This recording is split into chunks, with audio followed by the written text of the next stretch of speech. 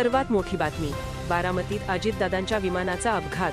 15 मिनिटे अंतर उरलेले असतानाच विमानाला अपघात. अजितदादा सकाळी मुंबईहून खासगी विमानाने बारामतीला निघाले होते. तांत्रिक बिघाडामुळे हे विमान क्रॅश झाले आणि दादांसह 6 जणांचे या ठिकाणी दुःखद निधन झाले आहे.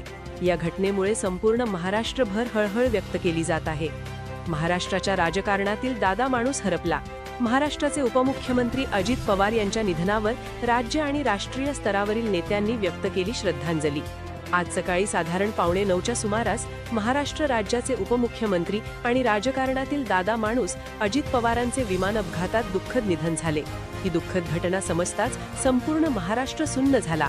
त्यांचा महाराष्ट्राबरोबरच केंद्रीय राजकारणातही दबदबा होता. त्याची दखल घेत भारताच्या राष्ट्रपती, पंतप्रधान आणि गृहमंत्र्यांनी सुद्धा अतीव संवेदना व्यक्त केल्या. महाराष्ट्रासाठी अजितदादांच्या निधनाने अपूर्व क्षती निर्माण झाली.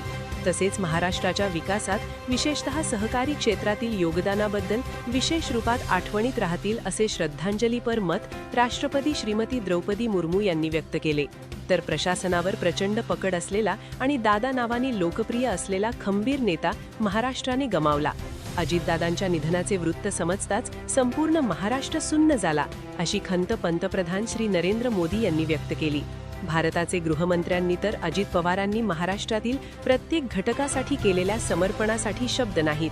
त्यांचे जाणे माझ्यासाठी वैयक्तिक क्षती आहे, अशी भावना व्यक्त करत या साऱ्या केंद्रीय नेत्यांनी महाराष्ट्रासमोर असल्याची ग्वाही दिली आणि संपूर्ण पवार कुटुंबियांच्या पाठीशी असल्याच्या भावना व्यक्त केल्या. महाराष्ट्राच्या राजकारणातील श्री हसन मुश्रीफ, श्री धनंजय मुंडे, श्री अनिल देशमुख सारख्या आजी माजी मंत्र्यांना दुःख अनावर होतं. त्यांनी अश्रूंना वाट मोकळी केली. तसेच माझा मोठा भाऊ हरपला, वेळेचं भान ठेवणारा नेता गमावला, अशी खंत महाराष्ट्राचे उपमुख्यमंत्री श्री एकनाथ शिंदे यांनी व्यक्त केली.